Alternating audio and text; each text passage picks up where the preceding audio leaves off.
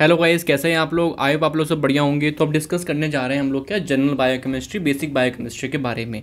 एक ऐसी यूनिट है जहाँ से मतलब हमें कुछ बातें पहले से पता भी हैं और क्वेश्चन भी इतना नहीं आता यहाँ से, है ना। लेकिन एक बार हम इसे ख़त्म कर लेते हैं। तो क्या क्या पढ़ाने वाला हूँ मैं इसके अंदर। तो आज मैं पढ़ाऊँगा आपको एक्चुअली में प्लाज्मा मेम्ब्रेन। पता है हम लोगों को क्या होता है, सेल मेम्ब्रेन ही बोलते हैं इसको, ठीक है। आज ये पढ़ाऊँगा बिल्कुल basic basic, and trust me शायद इससे ज़्यादा आप जानते होंगे अपने प्रिपरेशन के टाइम पे। फिर सेकंड में हम पढ़ेंगे जो इम्पोर्टेंट है आपका ट्रांसपोर्ट के बारे में, एक्टिव ट्रांसपोर्ट, पैसिव ट्रांसपोर्ट, है ना। तो उसके ऊपर 2 वीडियोज आ सकती हैं, एक्टिव ट्रांसपोर्ट, पैसिव ट्रांसपोर्ट। फिर लास्ट में हम पढ़ लेंगे सेल ऑर्गेनेली। फिर देखें कितनी वीडियोज आती हैं इसके ऊपर।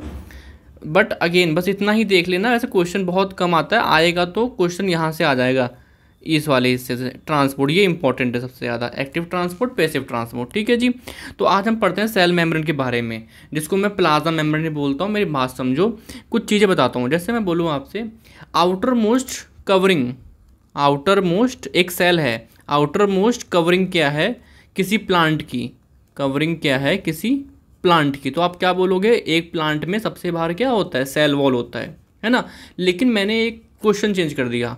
मुझे बताओ outer most covering of a plant, outer most living covering. मैंने क्वेश्चन चेंज करा और मैं लिखा यहाँ पे लिविंग। सेल वॉल तो डेड होती है, सेल वॉल डेड होती है, तो यहाँ पे निकल के आएगा आंसर क्या, प्लाज्मा मेम्ब्रेन। क्या निकल के आएगा आंसर, प्लाज्मा मेम्ब्रेन, ठीक है जी, सेल मेम्ब्रेन।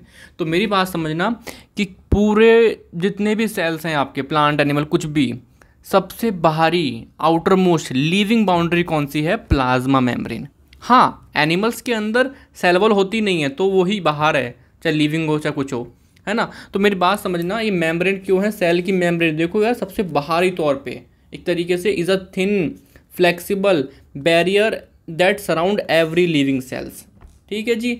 मेरी बात समझना एक बात कि प्लांट में सबसे बाहर सेल वॉल होती है, बट वो डेड है, तो मैं उसकी बात नहीं कर रहा हूँ, है ना। तो ये आपकी लिविंग बाउंड्री है। तो किसी भी सेल की, किसी भी लिविंग सेल की सबसे बाहरी आपको जो थिन फ्लेक्सिबल बैरियर होगा जो आपका सेल का, वो आपका क्या है, सेल मेम्ब्रेन है, किसी भी लिविंग सेल्स की। जिसकी थिकनेस याद करना चाहो तो कर लो, बट बहुत पतली होती है, 7 से 10 नैनोमीटर के आसपास।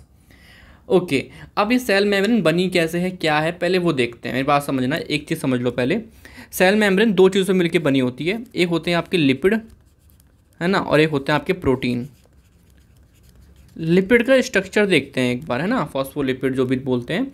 आ जाओ, इसमें एक होता है हेड और एक होता है टेल, ठीक है। मैं इसे लिखता हूँ हेड और इसे मैं लिख रहा हूँ टेल। जो हेड वाला पार्ट है वो कैसा होता है यार, वो आपका वाटर लविंग होता है ना। तो ये आपका हाइड्रोफिलिक, मतलब इसको पानी से प्यार है, पानी अच्छा लगता है इसको। और जो टेल है वो कैसी है आपकी, हाइड्रोफोबिक, फोबिक। तो ये आपका लिपिड का स्ट्रक्चर है, फॉस्फोलिपिड का। अभी मैं आपको बताना चाहता हूँ कि चलो ऑप्शन देता हूँ आपको, option number A, option number B, option number C, कौन सा बेस्ट लग रहा है। जैसे कि सपोज करो एक सेल है, आप मेरी बात बताओ, क्या सेल के अंदर पानी होता है, हाँ बिल्कुल होता है। सेल के बाहर पानी होता है, हाँ बिल्कुल पानी होता है, मतलब दोनों तरफ पानी है। तो पॉसिबिलिटी नंबर 1 है कि मैं एक लिपिड को ऐसे लगा दूँ, टेल अंदर कर दूँ और हेड बाहर कर दूँ, टेल अंदर कर दूं, हेड बाहर कर दूं, है ना।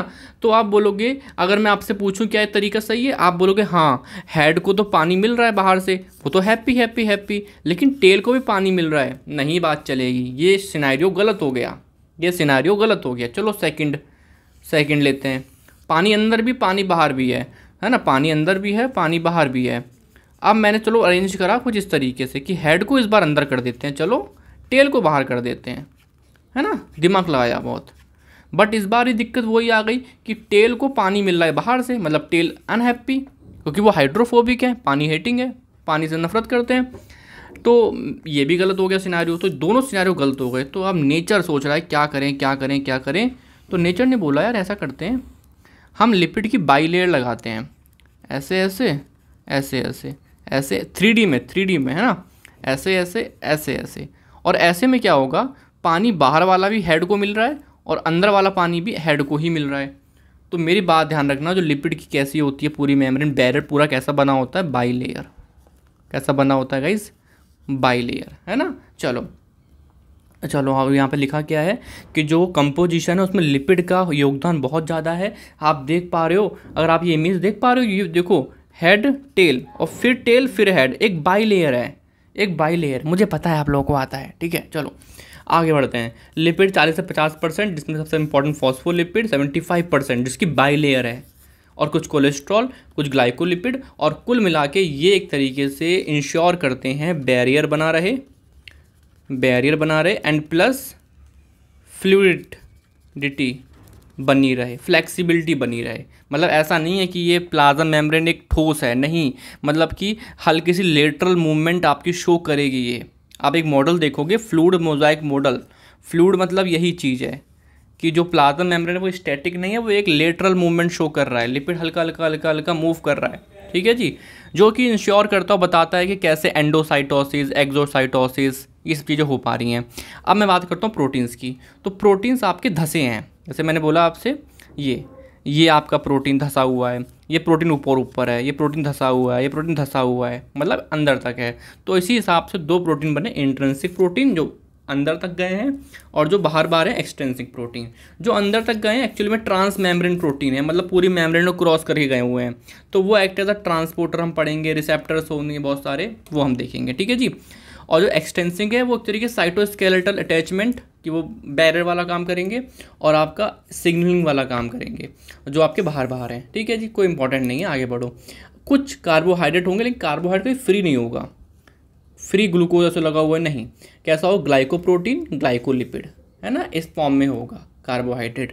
और क्या काम होता है, जैसे मैंने बोला आपसे कि हमारा इम्यून सिस्टम हमारे सेल्स को जानता है, बाकी लोगों को मतलब जानता है, जब तो अटैक नहीं करता, तो वो सब ग्लाइकोप्रोटीन ग्लाइकोलिपिड की वजह से। और मैं बोलना चाहूँ जैसे कि ABO सिस्टम होता है ब्लड ग्रुपिंग का, तो जो ए ब्लड ग्रुप है बिकॉज उसके पास एक है ना आपका ग्लाइकोप्रोटीन ग्लाइकोलिपिड लाइक एंटीजन्स मतलब हैं हमारी बॉडी के पास, तो ये सेल रिकॉग्नाइज करने में हेल्प करता है कौन सा सेल है, हमारी बॉडी का सेल है या बाहर वाली बॉडी का सेल है ना। तो चलो, तो ये कुछ हो गया। ओके, ऐसा होता है ना घर में यार, वो लगा होता है घर के बाहर एक वो क्या बोलते हैं नेम प्लेट लगी होती है कि हाँ ये शर्मा जी का घर है, हाँ ये इनका घर है, तो ऐसा कुछ। चलो, तो एक मॉडल है इसको समझाने के लिए, फ्लूइड मोजाइक मॉडल। फ्लूइड क्या दिखा रहा है यहाँ पे कि जो आपकी जो प्लाज्मा मेम्ब्रेन है वो लिपिड जो है, प्रोटीन जो है वो लेटरल मूव कर रहा है, वो स्टैटिक नहीं है, वो फ्लेक्सिबल है। और मोजाइक माने होता है एक पैटर्न होता है ना, कि मतलब बीच बीच में देखो पूरे समुद्र में, समुद्र क्या है यहाँ पे, पूरा समुद्र में, सी में समुद्र क्या है यहाँ पे, लिपिड, बोट चल रही हैं, बोट अंदर भी गई हुई हैं, बोट के यहाँ पे प्रोटीन, तो वो मोजाइक पैटर्न होता है, टाइल्स होती हैं बीच बीच में धब्बे धब्बे से लगा दिए, तो मोजाइक पैटर्न है ना मॉडल। तो ये हो गया ख़त्म कहानी। एंड ट्रस्ट मी इतना ज़्यादा नहीं आना वाला ऐसा कुछ, और यही है, आपको बस प्लाज्मा मेम्ब्रेन में शॉर्ट नोट मी भी आ जाए तो आप कुछ बातें जानते होगे, इससे काम बन जाएगा आपका, ठीक है जी। बाकी पता नहीं, यहाँ से कुछ ऐसा क्वेश्चन मैंने देखा नहीं और ना ही आएगा, है ना। और इसके बाद हम पढ़ेंगे हम transport across the cell membrane, मतलब कि पैसिव ट्रांसपोर्ट, एक्टिव ट्रांसपोर्ट, इसके बारे में देखेंगे, जो कि इंपॉर्टेंट है एग्जाम पॉइंट ऑफ व्यू से, मैं बोल सकता हूँ हाँ वहाँ से इंपॉर्टेंट है। बट ये एक लेक्चर है, जस्ट लगा लो, आपको ये सारी ऐसी इन्फॉर्मेशन कोई भी नहीं थी जो मैंने नहीं दी है, सब नीट के टाइम पे पढ़ते हैं हम लोग, ठीक है जी। चलो, थैंक यू, बाय।